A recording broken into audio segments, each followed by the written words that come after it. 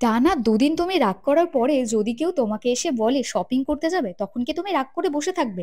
নিশ্চয়ই নয়। আমিও কিন্তু একদমই তাই করিনি। আমি চলে গেছিলাম ঝটপট করে রেডি হয়ে শপিং এ। আর আজকে ফার্স্ট টাইম আমার মনে হচ্ছিল হাতের সামনে যেটা পাবো সেটাই নিয়ে নেবো।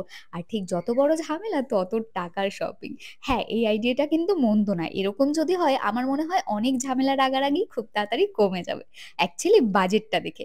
যাই হোক, তো আমরা ট্রেন্ডসে গিয়ে নিজেদের জন্য কিছু শপিং করে নিয়েছিলাম অলরেডি। তারপর শুভ দেখছিল ওর জন্য, আর এটাও অলরেডি নিয়েছিল। তারপর এখানে কিডস সেকশনে এসেও কিছু দেখছিলাম, বেশ ভাল লাগছিল। অনেক কিছুই আমরা কেনাকাটা করেছি, সেটা খুব তাড়াতাড়ি তোমরা লং ভিডিওতে দেখতে পাবে যে আমি কি কি শপিং করেছি না করেছি।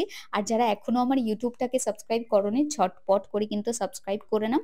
ওখানে আমার সব ডিটেলস তোমরা পেয়ে যাবে। বাই দ্য ওয়ে, তোমরা কারা কারা ট্রেন্ডস থেকে শপিং ঝটপট আমাকে কমেন্ট সেকশনে জানাও। আর হ্যাঁ, আমি যে ৩ টে ড্রেস নিয়েছি তার মধ্যে কোনটা আমি নিয়েছি সেটা কিন্তু গেস করতে থাকো। ওকে, বাই।